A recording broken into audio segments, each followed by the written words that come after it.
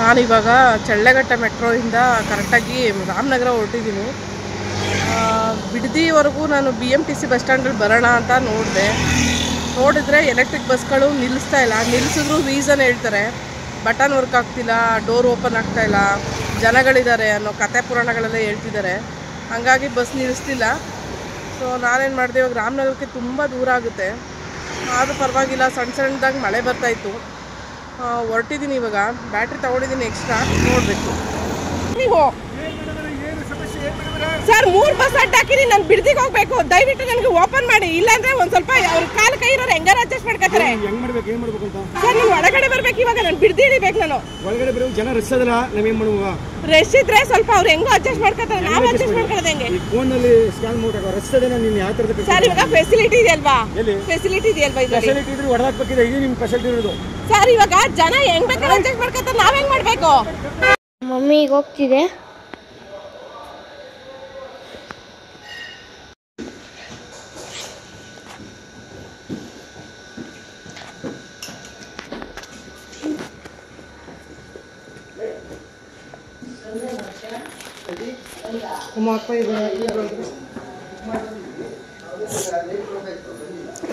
ತಗೋ ಮಮ್ಮಿ, ಹಾಕ್ಬಿಡಂಗೆ ನೀನೆ ಹಾಕು.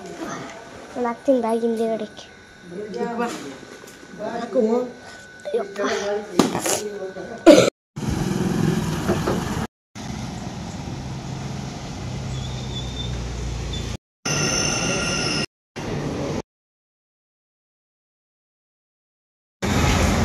ಮೆಟ್ರೋ ಇಳಿದೆ. BMTC ಬಸ್ ಹೋಗೋದ ಇದೊಂದು ಕತೆ ಗೊತ್ತಿಲ್ಲ, ನೋಡ್ಬೇಕು.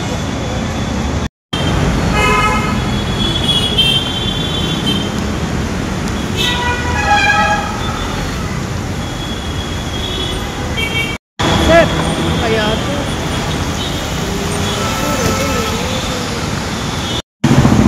ಇವಾಗ ಒಂದು ಬಸ್ ಬರ್ತಾ ಇದೆ, ನೋಡೋಣ.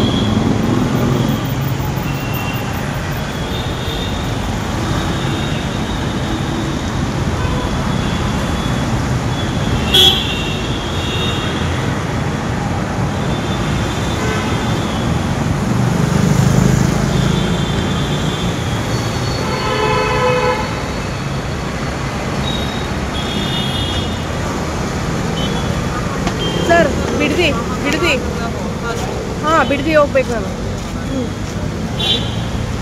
ಗಾಡಿ ಏನಿಲ್ಲ, ಚಿಕ್ಕದು ವೀಲ್ ಚೇರ್ ಥರ.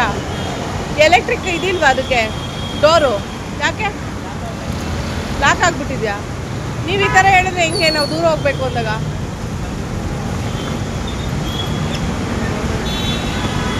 ನೀವು ಓಪನ್ ಮಾಡೋಕ್ಕೂ ಅಷ್ಟು ಕಷ್ಟ ಇದೆ ಅವರಿಗೆ.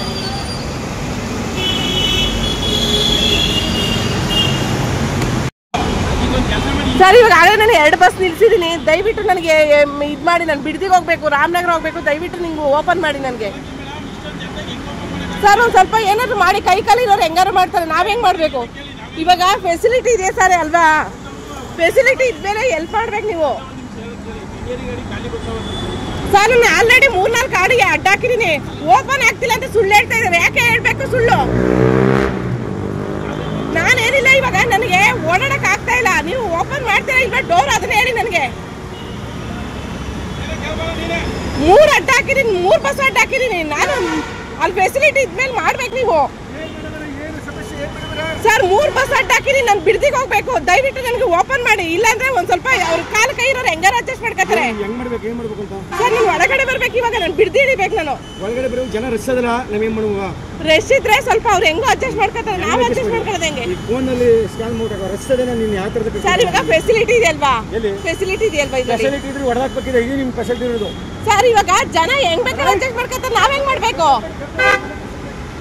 ಬಸ್ ನಂಬರ್ ಎಲ್ಲ ಹಾಕ್ತೀನಿ, ತಗೊಂಡು. ಬೆಂಗಳೂರು ಹಿಂಗಿರೋದಕ್ಕೆ ಉದ್ಧಾರ ಆಗಿಲ್ಲ ಇನ್ನೂ. ಈಗ ನನ್ನ ಮಕ್ಕಳು ಇರೋದಕ್ಕೆ ಉದ್ಧಾರ ಆಗ್ತಾ ಇಲ್ಲ.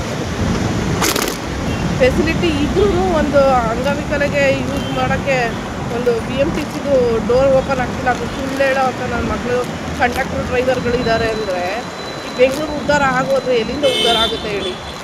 ಇವಾಗ ಬಿಡದಿವರೆಗೂ ನಾನು ರೋಡ್ ಮೇಲೆ ಹೋಗ್ಬೇಕು ಅಂದರೆ ಎಷ್ಟು ದೂರ, ಎಷ್ಟು ಟೈಮ್ ಬೇಕು ವೀಲ್ ಚೇರ್ ಬೈಕಲ್ಲಿ ಅಲ್ವಾ? ಮತ್ತು ಫೆಸಿಲಿಟಿ ಇದ್ಮೇಲೆ ಸರಿಯಾಗಿ ಯೂಸ್ ಮಾಡೋಕ್ಕೋ ಒಂದು ಅವಕಾಶ ಇಲ್ಲ ಅಂದಮೇಲೆ ಈ ಜನಗಳು ಇದ್ರು ಏನು ಇಲ್ಲದೆ ಇದ್ರು ಏನು, ಈ ಸರ್ಕಾರದ್ದು ಒಂದು ಇದು ಇದೆಯಲ್ಲ, ಏನು ಯೂಸ್ ಮಾಡ್ಕೊತಾ ಇದ್ದೀವಿ ನಾವು. ಇವಾಗ ಅಂಗವಿಕಲರಿಗೆ ಎಷ್ಟೊಂದು ಅವಕಾಶಗಳಿದ್ದಾವೆ, ಆ ಫೆಸಿಲಿಟಿ ಇದೆ, ಈ ಫೆಸಿಲಿಟಿ ಇದೆ, ಏನಿದೆ ಮಣ್ಣು ಯೂಸ್ ಮಾಡ್ಕೊಳ್ಳೋಕ್ಕೆ ಚೆನ್ನಾಗಿರೋ ಜನಗಳು ಬಿಡಲ್ವಲ್ಲ. ಈ ಸರ್ಕಾರದಿಂದ ಫೆಸಿಲಿಟಿ ಕೊಟ್ಟಿದ್ದೀವಿ, 5% ಅನುದಾನ ಇದೆ ಅಂಗವಿಕಲರಿಗೆ ಅಂತ ಹೇಳ್ತಾರೆ. ಮಣ್ಣಿದೆಯಾ ಇಲ್ಲಿ? BMTC ಒಂದು ಡೋರ್ ಓಪನ್ ಆಗಿ ಒಂದಷ್ಟು ದೂರ ಕರ್ಕೊಂಡೋಗಿ ಒಂದು ಅಂಗವಿಕಲನ ಬಿಡೋಕ್ಕಾಗಲ್ಲ ಅಂದಮೇಲೆ ಇದು ಎಂಥ ಫೆಸಿಲಿಟಿ ಇಟ್ಟಿದ್ದಾರೆ, ಸೌಲಭ್ಯಗಳು ಇಟ್ಟಿದ್ದಾರೆ. ಯಾರು ಧ್ವನಿ ಎತ್ತಕ್ಕಾಗಲ್ಲ ಅಂಗವಿಕಲರು ಬಂದು ಅಂತ ಹೇಳಿ ಈಗಿನ ಕಾಲದ್ದು ಒಂದು ಸರ್ಕಾರ ನಡೆಸ್ತಾ ಇರೋ ಒಂದು ಇದು, ಒಬ್ರಿಗೂ ಒಂದು ಇದು ಜವಾಬ್ದಾರಿಗಳಿಲ್ವಾ? ಚೆನ್ನಾಗಿರೋರು ಕೈ ಕಾಲಿರೋರು ಹೆಂಗೆ ಬೇಕಾದ್ರೂ ಓಡಾಡ್ತಾರೆ, ಅಂಗವಿಕಲರು ವೀಲ್ ಚೇರಲ್ಲಿರೋರು ಹೆಂಗೆ ಬದುಕಬೇಕು? ಯಾರು ಧ್ವನಿ ಎತ್ತಲ್ವಾ? ಇಲ್ಲಿಂದ ಬಿಡದಿವರೆಗೂ ಹೋಗ್ಬೇಕು ಅಂದರೆ ನಮಗೆ ಎಷ್ಟು ಟೈಮ್ ಬೇಕಾಗುತ್ತೆ, ಎಷ್ಟು ಸೊಂಟ ನೋವು ಬರುತ್ತೆ. ಒಂದು ಬಸ್ಸಲ್ಲಿ 5 ನಿಮಿಷಕ್ಕೆ ಹೋಗಿ ನಿಲ್ಲಿಸೋ ಅಂಥ ಒಂದು ಬಸ್ಸಲ್ಲಿ ಒಂದು ಫೆಸಿಲಿಟಿ ಇಲ್ಲ ಅಂದಮೇಲೆ ನಮ್ಮ ದೇಶ ಎಲ್ಲಿ ಮುಂದುವರಿಯುತ್ತೆ? ನಾನಿವಾಗ ಚಳ್ಳಘಟ್ಟ ಮೆಟ್ರೋಯಿಂದ ಕರೆಕ್ಟಾಗಿ ರಾಮನಗರ ಹೊರಟಿದ್ದೀನಿ. ಬಿಡದಿವರೆಗೂ ನಾನು BMTC ಬಸ್ ಸ್ಟ್ಯಾಂಡಲ್ಲಿ ಬರೋಣ ಅಂತ ನೋಡಿದ್ರೆ ಎಲೆಕ್ಟ್ರಿಕ್ ಬಸ್ಗಳು ನಿಲ್ಲಿಸ್ತಾ ಇಲ್ಲ. ನಿಲ್ಲಿಸಿದ್ರು ರೀಸನ್ ಹೇಳ್ತಾರೆ, ಬಟನ್ ವರ್ಕ್ ಆಗ್ತಿಲ್ಲ, ಡೋರ್ ಓಪನ್ ಆಗ್ತಾಯಿಲ್ಲ, ಜನಗಳಿದ್ದಾರೆ ಅನ್ನೋ ಕತೆ ಪುರಾಣಗಳೆಲ್ಲ ಹೇಳ್ತಿದ್ದಾರೆ. ಹಾಗಾಗಿ ಬಸ್ ನಿಲ್ಲಿಸ್ತಿಲ್ಲ. ಸೊ ನಾನೇನು ಮಾಡಿದೆ, ಇವಾಗ ರಾಮನಗರಕ್ಕೆ ತುಂಬ ದೂರ ಆಗುತ್ತೆ, ಆದರೂ ಪರವಾಗಿಲ್ಲ. ಸಣ್ಣದಾಗಿ ಮಳೆ ಬರ್ತಾಯಿತ್ತು. ಹೊರಟಿದ್ದೀನಿ ಇವಾಗ. ಬ್ಯಾಟ್ರಿ ತೊಗೊಂಡಿದ್ದೀನಿ ಎಕ್ಸ್ಟ್ರಾ. ನೋಡಬೇಕು ಏನಾಗುತ್ತೆ ಅಂತ. ಯಾಕಂದರೆ ಅಲ್ಲಿ ಹೋದ್ಮೇಲೆ ಬ್ಯಾಟ್ರಿ ಚಾರ್ಜ್ ಕೂಡ ಖಾಲಿ ಆದರೆ ಮತ್ತೆ ರೋಡಲ್ಲಿ ನಿಂತ್ಕೊಂಡ್ರೆ ಕಷ್ಟ.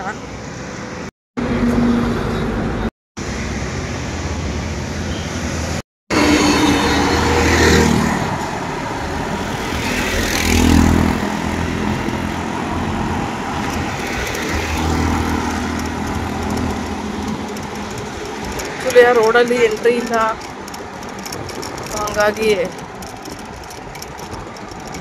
11 ಕಿಲೋಮೀಟ್ರ್ ಐತೆ ಇಲ್ಲಿಂದ. ಇವಾಗ ನೈಸ್ ರೋಡಲ್ಲಿ ಎಂಟ್ರಿ ಇಲ್ವಂತೆ, ಹಂಗಾಗಿ ಈ ಸರ್ವಿಸ್ ರೋಡಿಗೆ ತಗೊಂಡೆ.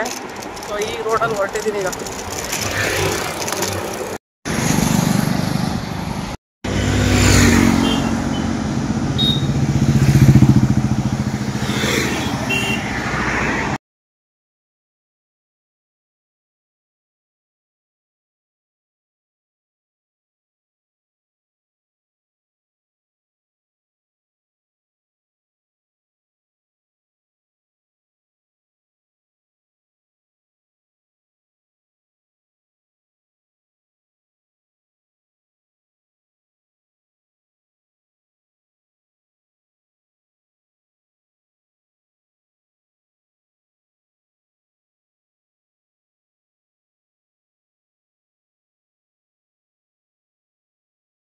ನಾನು ಯಾಕಪ್ಪ ಇವತ್ತು ಇಲ್ಲಿ ಬಂದಿದ್ದೀನಿ ಅಂತ ವಿಡಿಯೋ ನೋಡೋರಿಗೆಲ್ಲ ಆಶ್ಚರ್ಯ ಆಗಿರ್ಬೋದು. ಆ್ಯಕ್ಚುಲಿ ನಾನು ಬಂದಿರೋ ಒಂದು ಮುಖ್ಯವಾದ ಒಂದು ಉದ್ದೇಶಕ್ಕೆ ಬಂದಿದ್ದೀನಿ. ಯಾಕಂದರೆ ಇಷ್ಟು ದಿನ ನನಗೆ ಬ್ಯಾಕ್ ಸಪೋರ್ಟಾಗಿ ಯಾರೂ ಇಲ್ಲ ಅನ್ನೋದೊಂದು ಇತ್ತು. ಒಂದು ಲೇಡೀಸ್ಗಳ ಗುಂಪು ನನಗೆ ನ್ಯಾಯ ದೊರಕಿಸೋಟಕ್ಕೆ ಬಂದಾಗ ಎಷ್ಟು ಖುಷಿ ಆಯಿತು ಅಂದರೆ, ನನಗೂ ಯಾರೋ ಒಬ್ರು ಇದ್ದಾರೆ, ನನ್ನ ಸೋಷಿಯಲ್ ಮೀಡ್ಯಾದಲ್ಲಿ ನೋಡೋರು, ನನ್ನ ರಿಯಾಲಿಟಿನ ನೋಡಿರೋರು ನನಗೆ ಹೆಲ್ಪ್ ಮಾಡ್ತಾರೆ. ಯಾಕಂದರೆ ಯಾವಾಗಲೂ ಪಾರದರ್ಶಕವಾಗಿರಬೇಕು. ಸೊ ಹಂಗಿದ್ದಾಗ ಜನಗಳು ಯಾರು ಬೇಕಾದ್ರೂ ಕೈ ಜೋಡಿಸ್ತಾರೆ ನಮ್ಮ ಜೊತೆ. ಸೊ ಹಂಗೂ ಒಂದು ಮತ್ತು ಇನ್ನೊಂದು ವಿಷಯವಾಗಿ ಬಂದಿರೋ ಅಂಥದ್ದಂದರೆ ಖುಷಿ ಸಮಾಚಾರವಾಗಿ. ಸೊ ಆ ಒಂದು ಹೆಣ್ಣು ಮಗುಗೆ ಮೋಸ ಆಗಿದೆ. ನಿಜವಾಗ್ಲೂ ಯಾವ ಥರ ಒಂದು ಅನ್ಯಾಯದಲ್ಲಿ ಅದು ಮಗು ಸತ್ತಿದೆ ಅಂದರೆ ನಿಜವಾಗ್ಲೂ ಬೇಜಾರಾಗುತ್ತೆ. ಹೆಣ್ಮಕ್ಳುಗಳು ನಿಜವಾಗ್ಲೂ ಹೆಣ್ಮಕ್ಳುಗಳೇ ಬೇಡ ಅನಿಸೋ ಒಂದು ಮಟ್ಟಕ್ಕೆ, ಒಂದು ಮಕ್ಕಳು ಸವಾಸನೆ ಬೇಡ ಅನ್ನೋ ಒಂದು ಮಟ್ಟಕ್ಕೆ ಬಂದುಬಿಡ್ತಾ ಇದ್ದಾರೆ ಇವಾಗ ಜನಗಳು. ಈ ಥರ ಎಲ್ಲ ನಡೀತಾ ಇದ್ದರೆ ಹೆಂಗೆ ಬದುಕಬೇಕು? ಹೆಣ್ಮಕ್ಳುಗಳಿಗೆ ನ್ಯಾಯ ಸಿಗುತ್ತಾ?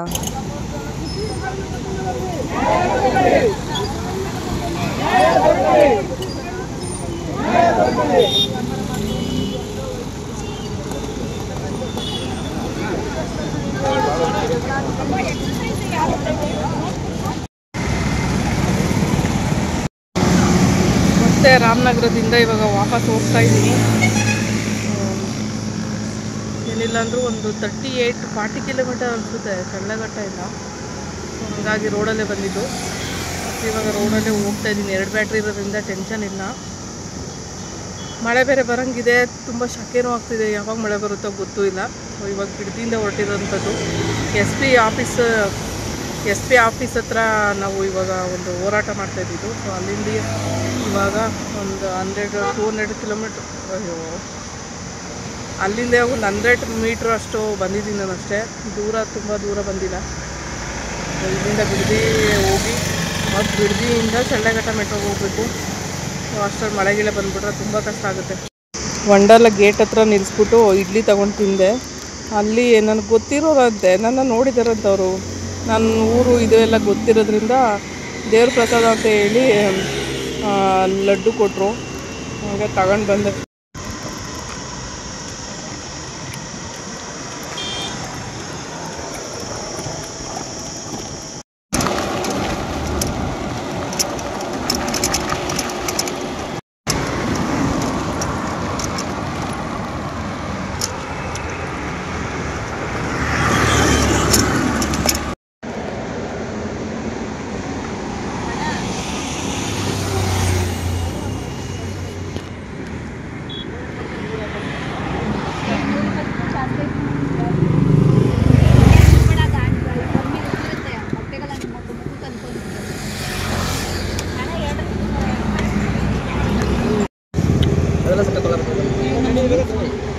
ಇದು ತಗೊಂಡ್ರಲ್ಲ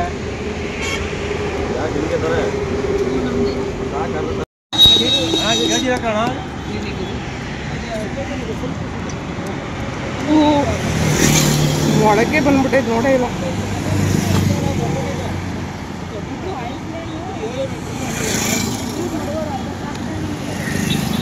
ಹೊಟ್ಟೆ ಹಸ್ಬಿಟ್ಟೈತೆ.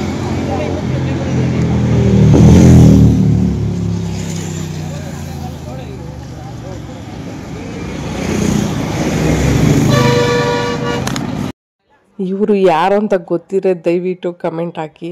ಯಾಕಂದರೆ ಫಸ್ಟ್ ಟೈಮ್ ಡೈರೆಕ್ಟಾಗಿ ನೋಡ್ಬಿಟ್ಟು ನನಗೂ ಶಾಕ್ ಆಯಿತು.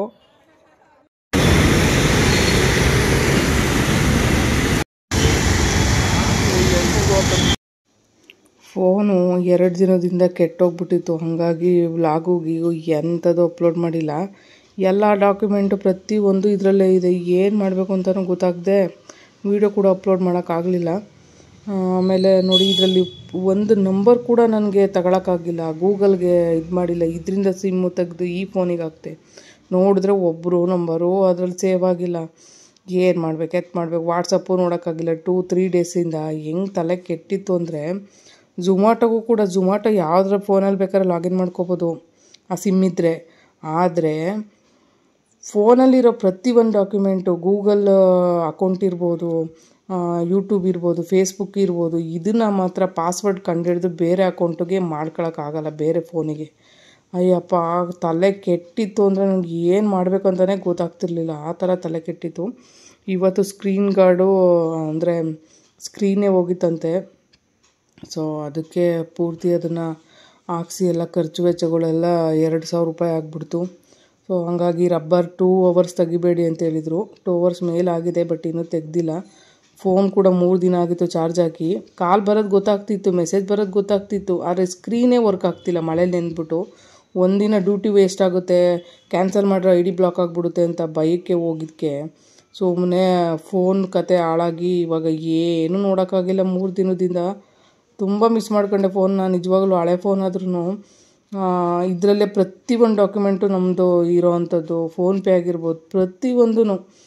ಇದು ಏನು ಇಲ್ಲ ಅಂದರೆ ಒಬ್ಬ ಮನುಷ್ಯ ಈ ಫೋನ್ನ ಪಾಕೆಟ್ ಥರ ಯೂಸ್ ಮಾಡ್ತಾನೆ. ಇವಾಗ ಈ ಫೋನ್ ಇಲ್ಲ ಅಂದರೆ ಮುಗೀತು ಅವನ ಕತೆ. ಒಂದು ಪಕ್ಷ ದುಡ್ಡು ತೊಗೊಂಡೋಗದೆ ಬದುಕೋಬೋದು, ಆದರೆ ಫೋನ್ ತೊಗೊಂಡೋಗದೆ ಬದುಕೊಳ್ಳೋಕ್ಕಾಗಲ್ಲ. ಅಂಥ ಒಂದು ಯುಗ ಬಂದುಬಿಟ್ಟಿದೆ ಇವಾಗ. ಮನುಷ್ಯ ತುಂಬ ಒಂದು ಡಿಪೆಂಡ್ ಆಗಿರೋದೆ ಫೋನ್ ಮೇಲೆ. ಸೊ ನನಗೆ ಇವಾಗ ಅರ್ಥ ಆಗಿದ್ದು 2 ದಿನದಿಂದ ಈ ಫೋನ್ ಇಲ್ಲ ಅಂದರೆ ನನ್ನ ಕೈಯೇ ಇಲ್ಲದೆ ಇರೋ ಥರ ಅರ್ಥ ಆಯಿತು ನನಗೆ. ಅಷ್ಟು ಒಂದು ಅವಶ್ಯಕತೆ ಇದೆ ಈ ಫೋನು. ಯಾಕಂದರೆ ಪ್ರತಿಯೊಂದು ಡಾಕ್ಯುಮೆಂಟ್ ಎಲ್ಲ ಯೂಟ್ಯೂಬಿಂದ ಹಿಡಿದು ಪ್ರತಿಯೊಂದು ಇದರಲ್ಲೇ ಇರೋದ್ರಿಂದ ತುಂಬ ಅವಶ್ಯಕವಾದ ಫೋನ್ ಏನಾದರೂ ಹೋಯ್ತು ಅಂದರೆ ಲೈಫೇ ಹೋದಂಗೆ.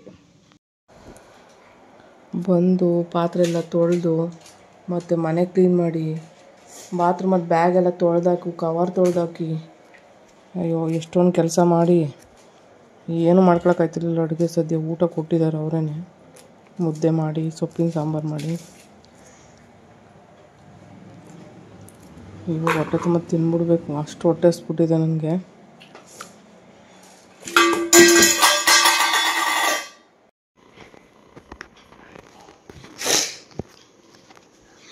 ಸೊಪ್ಪು ಸುಳಿತಿದೆ. ಸೊಪ್ಪು ಸುಳಿತಿಲ್ಲಪ್ಪ. ಇದು ರಾಮನಗರದ ಹತ್ರ ಬರಬೇಕಾದ್ರೆ 1 kg ಮಾವಿನ ಹಣ್ಣು ತಗೊಂಡೆ, 100 ರೂಪಾಯಿ ಹೇಳಿದ್ರು kg.